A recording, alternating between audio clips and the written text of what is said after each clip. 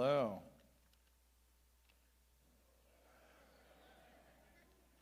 Thanks, Gabe. I actually wondered if I was going to get to see Gabe mention his arrest. And I did. I wasn't arrested, sadly. I was asleep, and I'm being prosecuted for something that happened while I was asleep.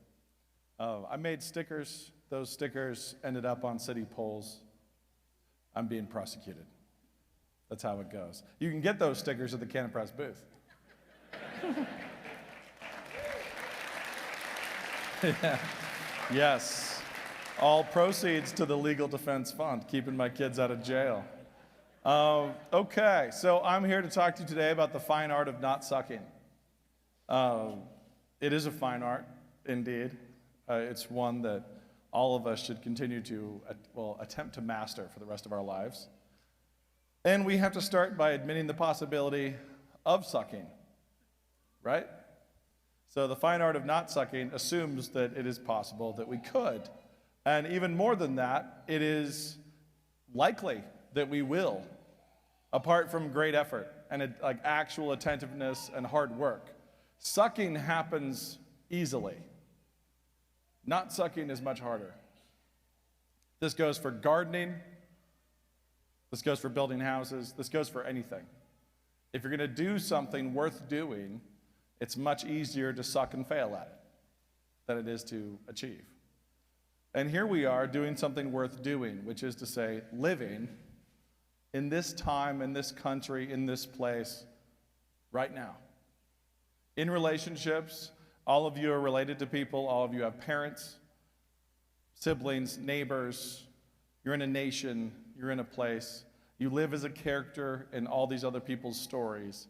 You live as a character in your story, you live as a character in the story God is telling in your scenes, and it's much easier to suck at it than to not. It's much easier to let weeds grow in your garden than it is to have a really thriving, fruitful garden. It's much easier to be a snapping turtle of a mother than to be grace in the lives of your children. Much easier.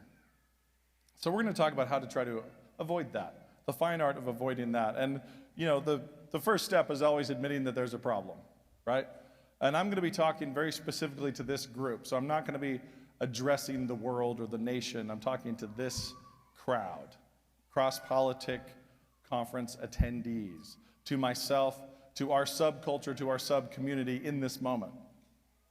So a lot of what I'll say will reflect on others and other groups, that's fine. But this is very targeted. I'm going to try to be as targeted as possible. So think about a culture warrior and think about how much that person sucks. Right? Left or right. I'm not talking about conservatives or liberals, just anybody who might identify as a culture warrior. And what does that mean? What it means is probably way too many comments on Facebook, a whole lot of cyber warfare in comment threads that accomplishes exactly nothing, the sound and the fury, right? Accomplishing nothing, meaning nothing. Bluster, hypocrisy, confirmation bias, right? Trolling on Facebook. Fighting with people where you have no personal capital at all in comment threads.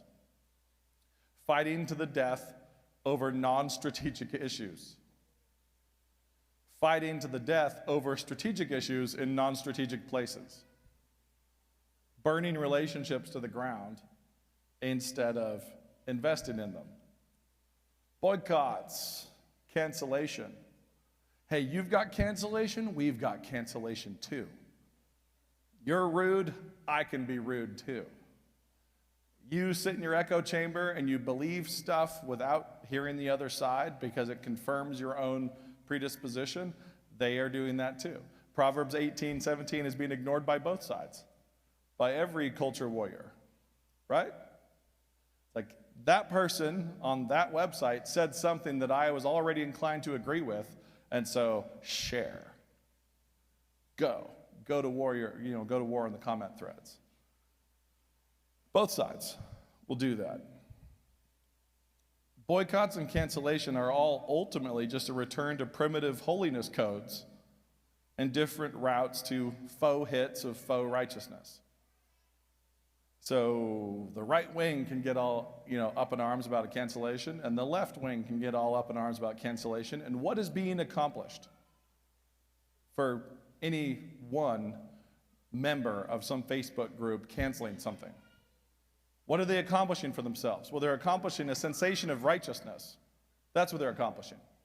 Now, they might have accomplished some very slight movement of the bottom line for somebody. But what they're doing ultimately is kind of selecting out to their tribe and canceling a bunch of people who are not members of their tribe and trying to affirm people who are. But it only goes so far. So I've heard a lot of people want to cancel Netflix. I can understand. I can understand wanting to cancel stuff. But the same people suddenly stop talking about Apple. It's like, well, I can't do without my free shipping on Amazon Prime. I really am not an Android user. I prefer iOS. And if I did switch to Android, well, that's Google. So you're going to go to a rotary phone? Like, what are you going to do? How are you going to get out? Well, what I'm going to do is be on my high horse right here, and I'm going to immediately be a hypocrite about this other situation over here. Like, I'm going to draw a line in the sand that I will not eat meat offered to idols ever, except for all this other meat over here, because I can't really avoid that, because it's all the meat there is in this culture right now. Like, just draw strategic lines. Think through the whole thing. This goes both directions. It goes both directions all the time. If you're going to start canceling giant corporations, you aren't buying the gas that you're buying, you're not getting on the airplane you're getting on, you're throwing your phone in the trash, you're trying to extract yourself, you're trying to retreat completely to your farm where you might have a windmill, but it better not have involved a subsidy.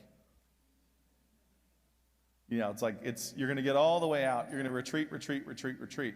That's not what's known as winning. Nobody calls that a win. I have successfully extracted myself. I have canceled my way all the way back into this very, very flat piece of dirt in Kansas, or this slightly sloped one in Idaho. I am out, successfully out. You don't get to do the touchdown dance at that point. That's not winning. So as you think through this, as you think through cultural engagement, as you think through trying to not suck as a human being in this moment, in this culture, in this time, you have to think through strategic moves, building things, building culture, building alternatives, building, and then protecting, and not burning down your relationships or your opportunities in non-strategic places or over strategic issues, but in non-strategic moments. One of the ways that we frequently, and this is, again, all humans, one of the ways we as humans frequently behave in an odd way is when our enemies call us a name. We very rapidly embrace that name as a badge of honor. We put it on t-shirts. And it doesn't matter. You see this with the term Yankees. There's a derogatory term. It basically meant like little Dutch people that the Brits referred to the New Englanders. Yankees now, like, boy, biggest, richest franchise in baseball. World War II, oh, those Yanks are coming. Like, we adopted it very, very quickly. But think about more recent terms like deplorables. We're deplorable. Really? Like, okay, she called us deplorable. Get me a shirt right now. I'm going to own it. And on the flip side, Trump called them nasty women. So what did they do? They went out and they behaved like a bunch of nasty women. They wore the nasty women shirts. They did the thing. They wore the hats. Nasty women. This happened around my hometown when Boise State was trying to extract themselves from playing University of Idaho in football because they were too cool for that in-state rivalry anymore. and they said that U of I is just a bunch of drunk and inebriated students. True or false? They wore the t-shirts immediately. Drunk and inebriated. Like they just wore it as a badge of honor. We do this very, very rapidly. We adopt the insults as our brand, and we should not. Even worse than that, we adopt the insults like combat ribbons, like we just got a prize because we hate them and they called us something awful, so that's me. But the worst thing is we frequently adopt the behaviors. So, toxic masculinity, anybody? Like, okay, let's behave in as toxic a way as possible. They said I'm toxically masculine, so I'm going to be toxic. Like, that's not the move. That is not the correct move. Like, you can laugh, microaggressions, mansplaining. You know what? Mansplaining is obnoxious. But most of what gets called mansplaining is also obnoxious. Like, it's just a weird microaggression fight. It's stupid. Don't adopt it. Don't take the accusation and make it your brand. Live above it. Men are pigs? Men are pigs? Well, I'm going to be the biggest, loudest pig there is. Like, that's, again, our impulse. Like, you watch families adjust how behavior happens based on accusation over time. So patriarchy, patriarchy, patriarchy. Here's this caricature we've drawn for what that looks like. And instead of trying to actually study Scripture and imitate God and learn our lessons there, we adopt the slander and we imitate the accusation and the caricature really, really quickly. You think you're being a man, fellas, when you're being the caricature that's thrown at you. And that is not an example. Well, let me just correct that. That is an example of sucking. That's not an example of not sucking. Double negative. We should try to do much better than the accusations of our enemies. We should try to surpass those things. So, we do this. We have, and this is sad, you have people accuse women of thinking that, that they say that motherhood is a stupid calling, and they accuse you of only wanting this stupid calling, and you're going to stay at home and raise kids, and you never get to tap into all of your potential, yada, yada, yada. Think of all the slander about motherhood that exists in our culture, and there's a lot of it. And then think through how much of that has gotten into your own brain and how little you respect the incredible difficulty of that task. And how you think things like, I don't know that I need to really know stuff or learn stuff or study stuff. Because that's a boy thing, right? Because they've accused us of partitioning intelligence and education by gender. They've accused us of that, so we're going to embrace it. We're not going to educate our daughters as much. They don't need it. Why? Are they brood mares? Is that really what they are? You're going to take that accusation and make it true? For a long time, when I taught college freshmen rhetoric at New St. Andrews College, I would always encounter some female student who would say, when things got really hard, would come to my office hours and say, do I really need this? Do I really need to study hard? I mean, I'm just going to be a mom. And I would always want to throw a fit in that moment. Because just a mom is one of my least favorite phrases in the world. It's like, you know what your husband does? Something stupid.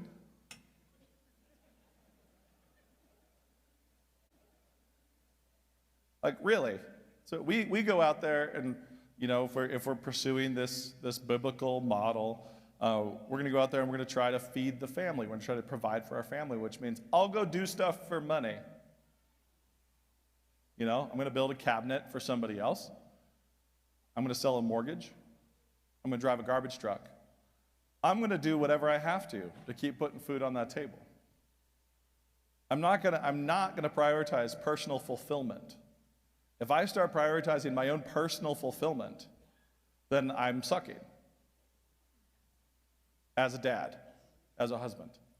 If I am prioritizing my family and sacrificing myself for my family, I don't care if I'm doing something sort of meaningless. I want it to be meaningful. But the most important thing, if all that goes away, I will show up, I will mow your grass, I will gladly mow your lawn to feed my family. And that is where the fulfillment's going to be. And in a room this size, there are a bunch of guys who are doing that. They're doing the thing to put food on the table.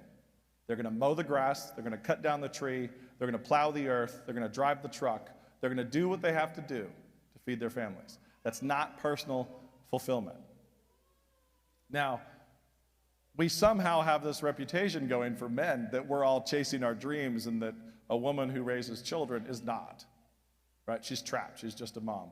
She wants to be like those men who have to go mow the grass or work as a bank teller or sell insurance. She too could pursue that. Rather than handcrafting the childhoods of some immortal souls, rather than this performance art that God has given us where you're going to take people who never stop aging and growing, and you are given their early chapters, and God says, here, your little eternal sisters and brothers, go ahead, you write those chapters. Dad's mowing grass. And you can have mom looking at this being like, I don't know, that grass mowing thing. I always have thought that bank tellers were cute. Really fulfilling over there. It's like, here's this eternal task with eternal consequences. Dad is just trying to get enough peanut butter to shove in their faces that they keep expanding. Like, that's what he's doing. And you're the one creating this atmosphere, this marination in this home. You're the one nurturing nurturing them in the admonition of the Lord. You're the one doing that. You're the one crafting these early chapters of these eternal stories. So God says, here, write chapter 1, write chapter 2, all the way through 18. Let's go. You do it. And you can look sideways at what those men are doing and think, well, that's fantastic. So I'd always have these girls say, I'm just going to be a mom. I don't need to be smart. I don't need to be educated. It's infuriating. And I told more than a few of them that if I would just have a stack of paper on my desk that just said for breeding purposes only, and I'm going to tape it to your back just so everybody knows. Like, don't try to have a conversation. Don't expect her to have any insight or to care about the world that God made because, well, she's just going to be a mom. It's gross to think of motherhood that way. It's also moronic. And B, what moms do, C actually at this point, not B, C, what moms do is so much more potent than what fathers are doing. So much more. Fathers are the engines. We are the ones trying to provide the material, the raw material to those moms who are able to then craft these early chapters of eternal stories. Do not take the slander of the world, then adopt it or believe it in any way. Do not believe that men are chasing their dreams and women who decide to stay at home and raise children are not. Do not think that the guy over there just trying to make money every month is somehow fulfilled, and the woman who's actually trying to get an eternal return is somehow shorted in her task. It's sad how quickly we adopt slander as our operating system. Another really important aspect of not sucking is attempting to be salt and light and yeast in this world as opposed to cannon fodder.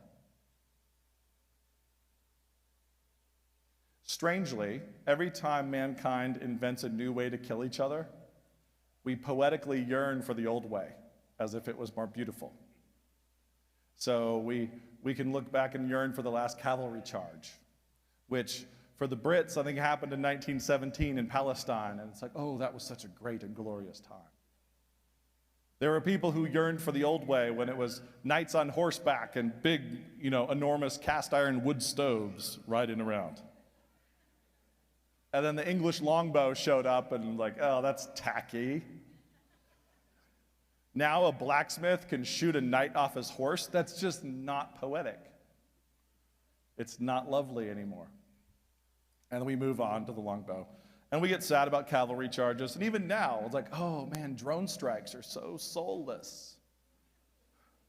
We should make movies about how hard it is to grapple with the issues of drone strikery. And the soullessness of from a long ways away without having to send somebody down there. It's like, oh, for the poetry of kicking indoors. Once again, for some reason we do this, but we do this spiritually too with like formal debates, Van Til, Bonson debates. We want unbelievers to stand still and fight us again on stage and have interested people show up. They won't. Like, times they have changed. Things have moved on.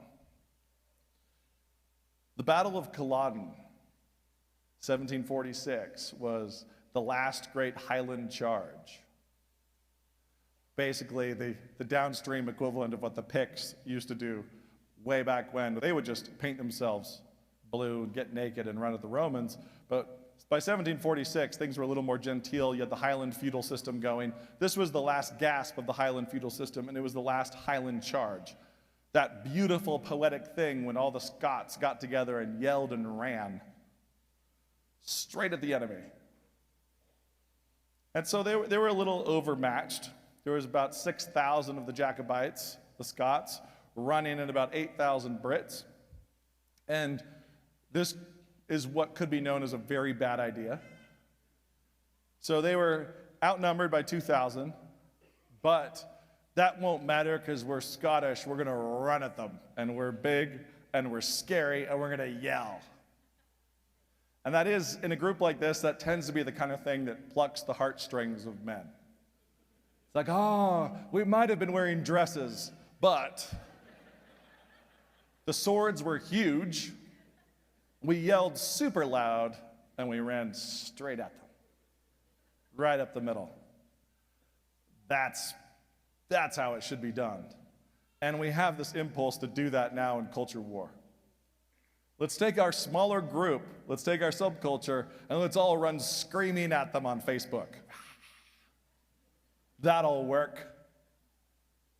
And this is that question of salt, light, yeast in the culture, or cannon fodder. Do you want to run at the British like the Jacobites did at Culloden? And what ended up happening is the Brits at that point were just a little bit more regimented, like a bunch of soulless, lacking poetry serfs. They lined up in tight rows. They stood there with their rifles and bayonets, and they watched the Scots come running at them. And they had this little technique which shouldn't have been allowed. Should they? Well, first they had artillery, so there's that.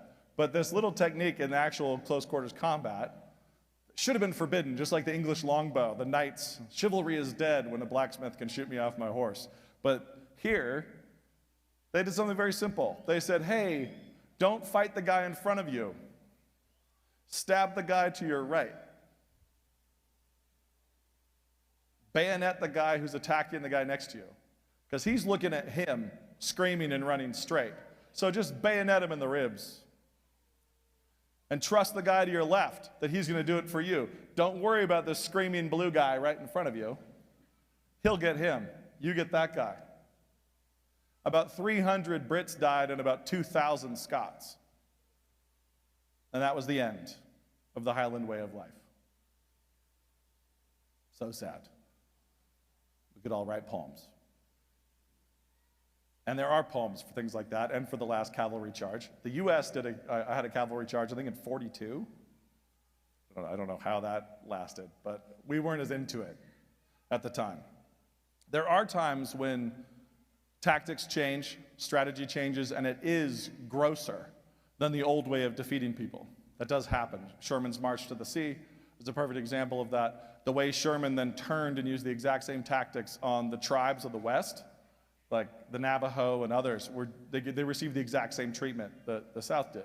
And it was gross, and it was ugly, and it was a new way of fighting, but it was actually an old way of fighting. It's like an old way of fighting, just total warfare. We cannot be cannon fodder. Do not raise your children, and do not you yourself just go running at the enemy. Be intelligent, be thoughtful. Break the stereotype. Listen. Actually hear out your opponent. Actually be able to accurately reflect their position.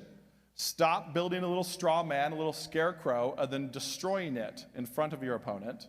and saying, see how stupid you are? No, accurately and fairly represent them. That'll make you extremely unique in our culture right now. Nobody's doing that on either side. Nobody does that. Nobody says, so if I understand you correctly, tell me if I'm wrong. Is this your position that I can now honestly state? Can I state it even better than you can? And then have a conversation. Behave that way. But before that, just live a beautiful life. Just live beautifully, live sacrificially, feed people, mow their grass, offer to help them out with their leaves. Just live beautifully. And by the time the conversation comes, have it honestly. Hear them out. Have it on a bedrock of affection. Don't expect anything fruitful to happen in Facebook comments ever. And this is where I'm talking to Gabe. Where is he? I'll heckle him later. It won't happen. Nothing fruitful is going to happen in a Facebook comment thread. That is not culture war. That's called not taking out the trash. Get off of Facebook. Go do the thing you were going to do. Take out the trash. Do something fruitful. Invite people over for dinner. Barbecue. Feed them meat and pour them good whiskey. And you will have way more of an impact than if you chase 1,000 people in some comment threads. Do not set yourself up to be cannon fodder. Do not set your children up to be cannon fodder. Do not paint yourselves blue and run at the enemy. Don't do it. Once you just totally separate yourself from that kind of cultural engagement, which is not cultural engagement, that's just squeaking. Don't be shrill, don't be indignant, don't be wound up, be calm, be reasonable. Be a tactician. As soon as you separate yourself from that, how should you be behaving? And this is where I'm going to pivot into some discussion of rhetoric, just on a kind of a broad level. The person who's laughing and happy and joyful, is winning. The person who's the most joyful is winning. The person who's indignant, angry, upset is losing. The higher the pitch, the bigger the loss. So you think about those videos that went around after Trump won the first time. People on their knees screaming in Portland. No! And how much glee Trump supporters got from that. But then the opposite happened when Trump lost. And everybody's running around screaming about cheating and all that kind of stuff and being upset. And people are what we would refer to in our home, in our extended family, when toddlers are misbehaving, as losing the bubble. I don't know the origin, but just losing the bubble. I assume it's from a level tip-in, but just losing the bubble. People just losing the bubble, freaking out. Whoever's freaking out is losing. They're not just losing the bubble, they're losing the fight. They're losing in their cultural struggle. So a couple real basic principles there. Don't be shrill, don't be upset, don't be angry ever. Just don't. Watch the movie, some Old West saloon, and one guy comes in running his mouth, all hot-headed. Is he the hero? No, then there's that guy sitting there real quiet, not saying anything, just playing with his toothpick. Is he the hero? Yes. Which one's going to win? The dude doing all the trash talking, the real hot-headed, upset, shrill guy, never wins. This is God's world. He never wins. It's not going to happen that way. You want to be the one who's slow to speak, who is reasonable, and when you do fight, you fight like the Ents. When you do go to war, you're not going to back down, and there's no stone that can stand against you, but you will have never lost the bubble.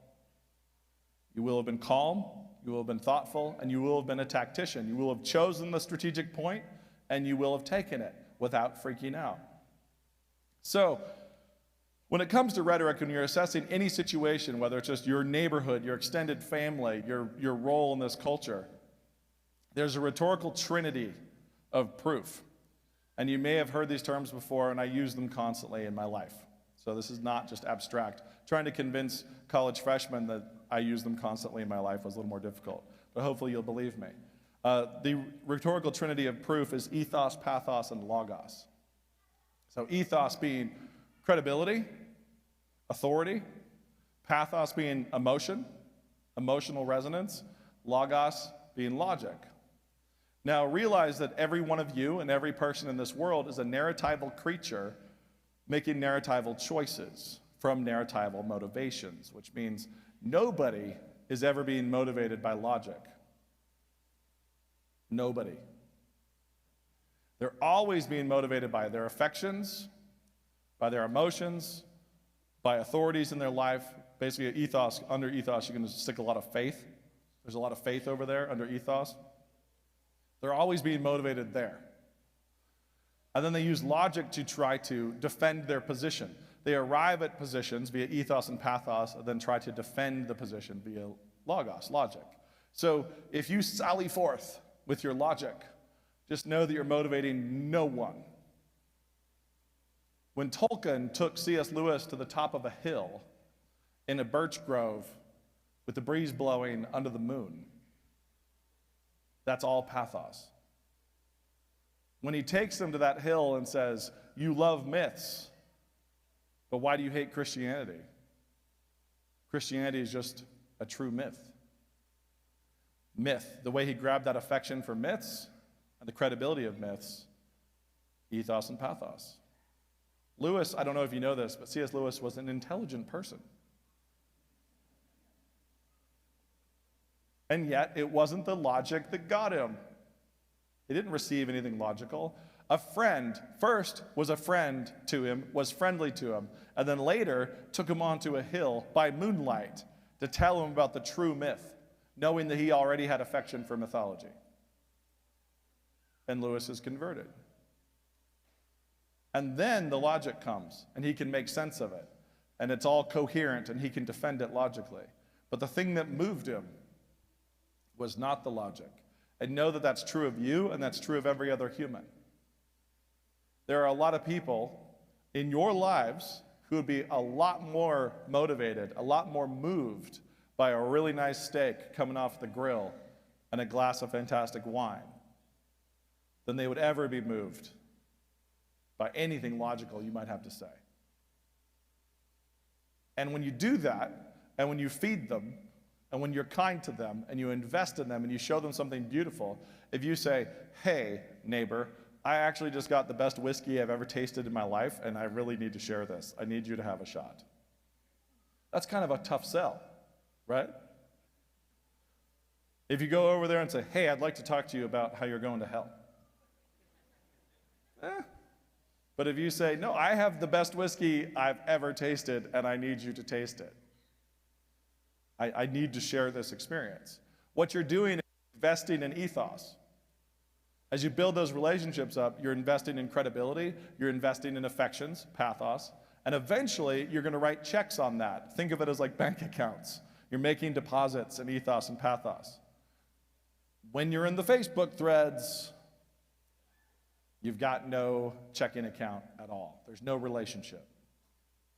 It's just people yelling at each other from opposite sides of a river and nothing being accomplished. So this trinity of proof, ethos, pathos, and logos, it's important for you to realize that ethos and pathos are proofs. And in a place like this, a lot of people are going to squirm at that. They'll think that logic is where you prove something. Ethos and pathos, they can't be proofs. Those aren't proofs. You can't prove something with authority and credibility. Yeah, you can. Because what is proof? What is it? What is the nature of proof? What is it? And I would argue, and this would be a whole other talk, I'm just going to kind of hit it and run, that to prove something is to obligate belief. To place an obligation of belief on somebody. If you have obligated belief, then you have proven it. Now, you can never, if you step into Descartes' world and think that you can prove the impossibility of the contrary, that you could ever heighten up your logical proof to the point where they couldn't even postulate another theory. Like, well, we're creatures of faith. We have to live by faith. All of you believe that your mom was your mom by faith. You don't remember it. It's a faith situation. All of you trust your own eyes by faith. Why do you trust your eyes? Because God gave them to you. You trust them. Your ears, your reason, all of these things are built on faith. You trust your intellect by faith. By faith in your intellect? Better not. By faith in the God who gave it to you? Great. You trust your eyes, you trust your intellect, you trust all these things by faith. We can place people under the obligation of belief by means of ethos, pathos, and logos. You can speak a word into somebody's life that binds their conscience, and there's an obligation of belief there. You didn't prove it beyond a shadow of a doubt the way we think of proof. It's something else. So as you look at any relationship, from yourself to your neighborhood, to your family, to your country, you need to be thinking about ethos, pathos, and logos. And logos is that last piece. You need to think about who you are. Assess long-term strategy versus short-term tactics. So what I said about being shrill and angry, those are like short-term tactics issues. Long-term strategy is live a beautiful life and live it year after year after year in a row. Be faithful to your wife. Be faithful to your kids. Live beautifully for decades until you go into the ground. That's long-term strategy. Write those early chapters in your children's lives with grace and with that beautiful living, that kindness and that sacrificial mowing of the lawns or whatever you have to do in order to put food on the table. And in short-term tactics, don't get upset, don't be shrill, don't be indignant. Manifest the fruit of the Spirit. It's as simple as that, right? That's easy. Manifest the fruits of the Spirit. Stay out of fights that do not matter, which is very different than fights you cannot win. You have to be willing to be in fights you can't win when you think you are called to be in those. But stay out of those pointless fights that gain nothing. Actually do a cost-benefit analysis, do a risk assessment, and say, what am I jeopardizing? I'm jeopardizing this relationship, and for what gain? What do I stand to possibly gain for that person by having this fight right now? And if the answer is nothing or very little, shut up. Don't get into that fight. Let that one go. No reason to grab that passing dog. Just let it go. Now, in any kind of situation, long-term and short-term, but especially this is more applied to the short-term, the ethos, pathos, logos framework should help you think through this. But also, there's a triangle, because threes are great. There's a triangle that you should use to assess any conversation and any engagement, any apologetic engagement, any gospel engagement, any political engagement, and that is answering a couple basic questions. The first one is, who are you to them? Who are you and where are you to them? That's the ethos and pathos question, right? So there's a person or there's an audience, and then there's me, and there's a relationship. Who are they is the next question. Who are they? Where are they? Who are you? Where are you? And in their position, in your position, that relationship is charged with ethos and pathos. And then, because Aristotle did get some things right, you actually have to then try to think about where they ought to be. It's like, I'm here, they're there, where ought they to be? They should be here. And then you have to try to discover the available means of persuasion to get them from here to there. Which is another way of saying, what do I have that I could give them that they need?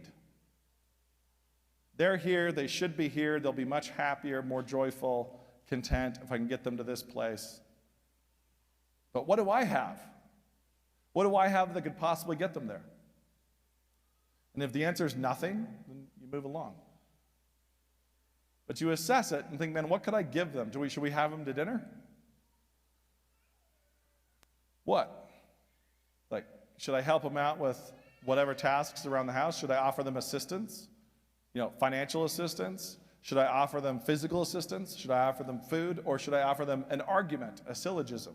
Do they want to have coffee and discussion? Like, what can I do that would actually move them? Well, my cousin's really big and he's got a baseball bat, so I could offer to break his kneecaps if he didn't change his mind. It's like, and as you move through those Aristotelian questions, like, should I use violence? Should I scream on Facebook or whatever it is? You start to rule things out. Who are you and what are you? Who are they and what are they and where are they? And what are the available means of persuasion to get them to move? And you'll discover often that you don't have any.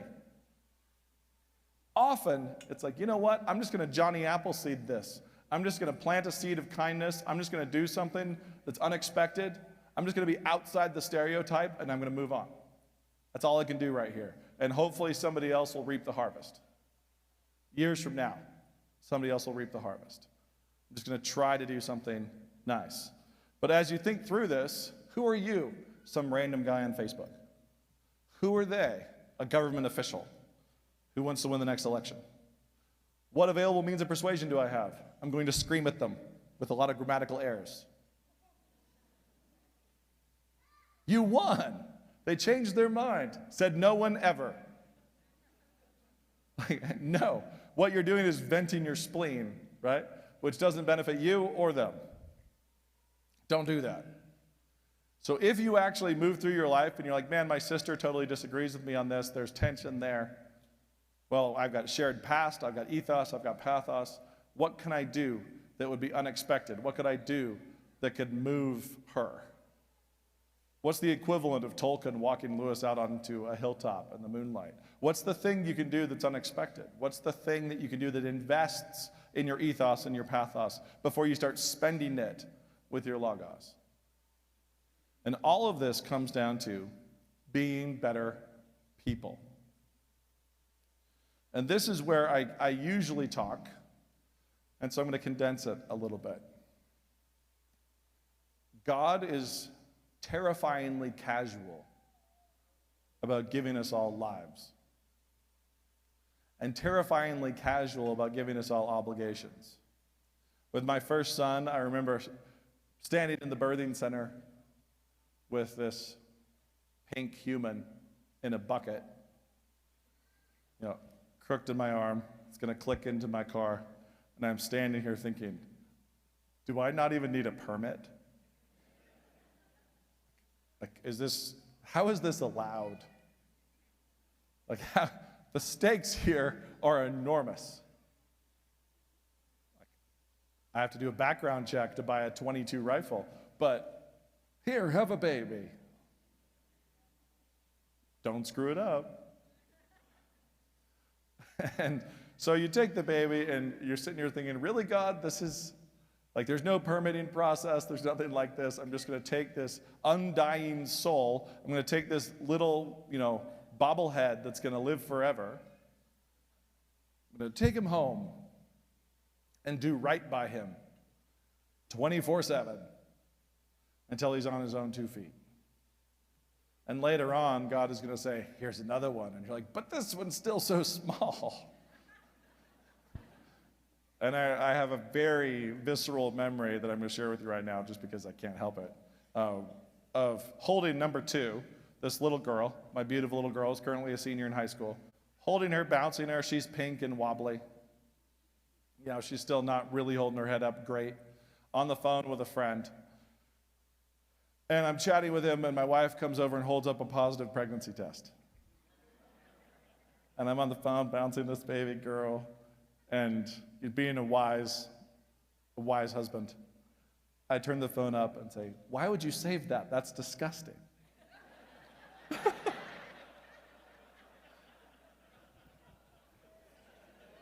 Trying to carry on the other conversation, and she says, this is new.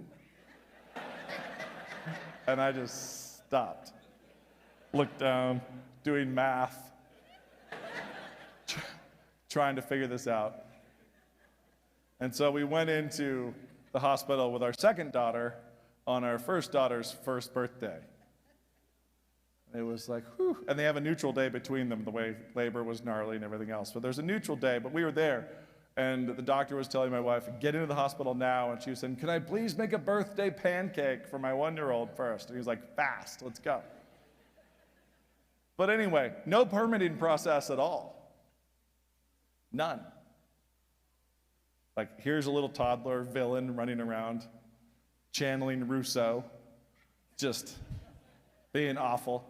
His 1-year-old little sister, very sensitive, being offended by everything he's doing. My wife can't really stand up because her back goes out. new baby showing up. Here we have 3 undying immortal souls, and we're trying to keep them from killing each other with blocks. Like this. Stop hitting people, stop biting, no hitting. It's just Lord of the Flies, just down here. And God says, take care of it. Here, I entrust you with that. And that happened to all of our parents. And that's happened to a lot of you based on the population of short people I see running around this conference. Like, God has given you these siblings, these children, to actually craft, to train, to mold into faithful image bearers, to mold into men and women who will judge angels. You handle that. Woo-hoo. It's insane. And then what do? We freak out when they spill milk. We say, hey child, I want to show you what true fatherhood is. I'm going to reflect your Father in heaven by getting very angry right now. I'm going to have a short fuse, or I'm going to have no time for you. I'm going to come home from work and pass out in a lazy boy because I'm tired. And that's how I'm going to image the Father in heaven to you.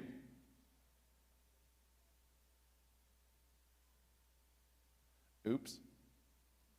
And we do it all the time. We suck at that all the time. But there is grace. And one of the things they need to see is you repenting. One of the most important lessons for a little kid is their parents apologizing and seeking their forgiveness. Like seeing themselves, holding themselves to the same standard that they want those kids to learn to live by. So this is the ultimate conclusion here, is just be better people, which means be better characters, which means write better dialogue when you're sitting in traffic. When you're in a minivan and somebody else cuts you off, you have an opportunity to write dialogue in all the little kids back there in the buckets. You're writing dialogue that will be written in concrete for all of time. There's no edits on these life stories. You can't go back and say, hey, like some celebrity or athlete who says, that really doesn't reflect who I am. I know I said things that I should not have said. I'm embarrassed and ashamed because that does not reflect who I am. As opposed to, that reflects exactly who I am, perfectly, and please forgive me. Out of the dark abundance of my heart, I said that. So handcraft those stories. Be better characters. Be joyful. Reflect joy. Know that, and this is an excursus, but is also, I think, some of the most important stuff, is know that you're supposed to reflect God's personality. Your job is to image God to your children, to image God to your neighbors, to image God to everybody you come into contact with. And if you really study Him and try to get to know Him, you find out that that's awfully uncomfortable. Because He is extremely sacrificial, extremely generous, extremely forgiving. Thank you, God. Extremely forgiving, and also constantly playing jokes, constantly misbehaving, inventing squirrels, ladybugs, putting in all sorts of cheat codes and secrets throughout reality for us. And you think about the stuff that God laces into the world and how you need to discover it and celebrate it and be joyful the way He is. You want to reflect the same personality that put a sack of milk swinging under a cow, and some brave individual that was the first one to say, I'm going to squeeze it. No, really. Hank, I can get under there. Like, I'm going to crawl under here. Give me the bucket. I'm going to go squeeze this sack under this large thing. And then we're going to let it sit, and I'm going to skim the fat part off the top. And there's this giant grass with some sugar and some beans in South America, and we're going to find some snow. We're going to mix this stuff together, and it's going to be amazing. But that whole ice cream experience was dependent on that brave soul crawling under there. And God put it there. God put that secret there. Are you the kind of dad that hides a piece of chocolate under your kid's pillow? Yes? Is God the kind of father who hides a piece of chocolate under his kid's pillow? Yes, he is. Are you the kind of dad who says, I don't know, some animals in our life would be a little complex. It'd be hard right now. We'd have to feed them and they poop.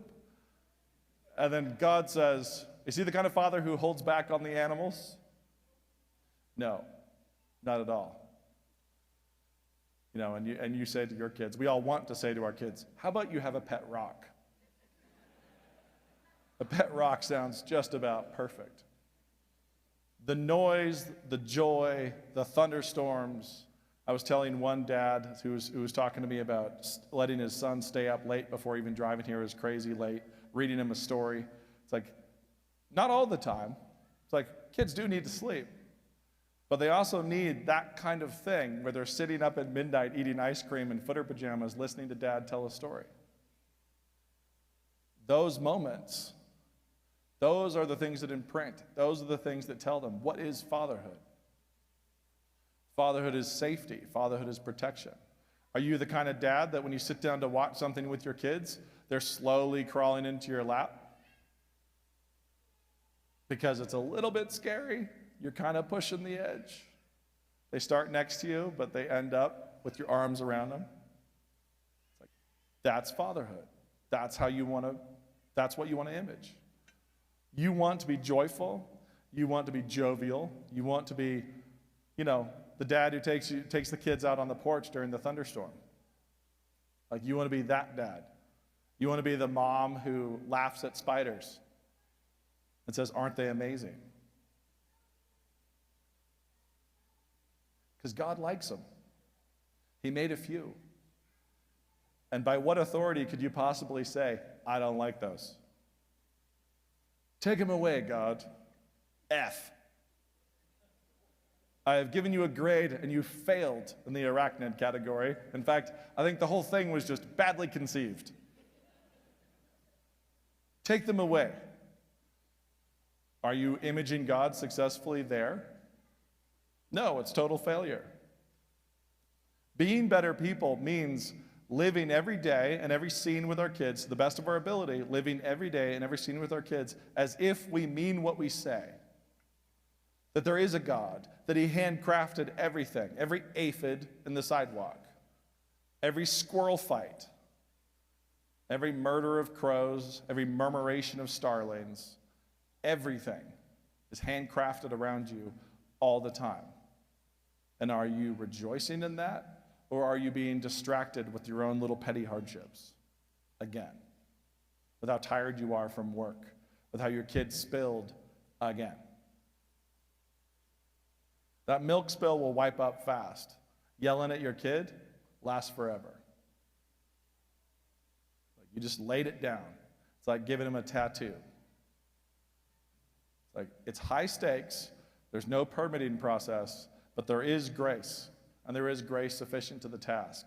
And so we have to all push ourselves more and more and more in that direction, trying to image our Father in heaven more and more accurately, with every hardship, with every difficulty, with every joke, with every scene. That's what we want to do. No, I'm talking about that in terms of parents specifically, but pivot that to your neighbors, pivot that to your coworkers, pivot that to everybody you come into contact with. Image God to them. And if we talk about being a culture warrior, who really cares?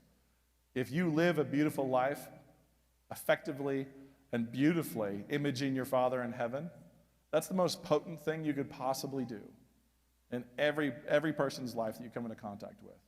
That is potency. So don't worry about fighting on the Facebook. Don't worry about what happens in the elections. These are all temporary things, no matter which way it swings. Don't worry about who's in power here. Worry about who is in power always. Always. And image him. Thank you very much.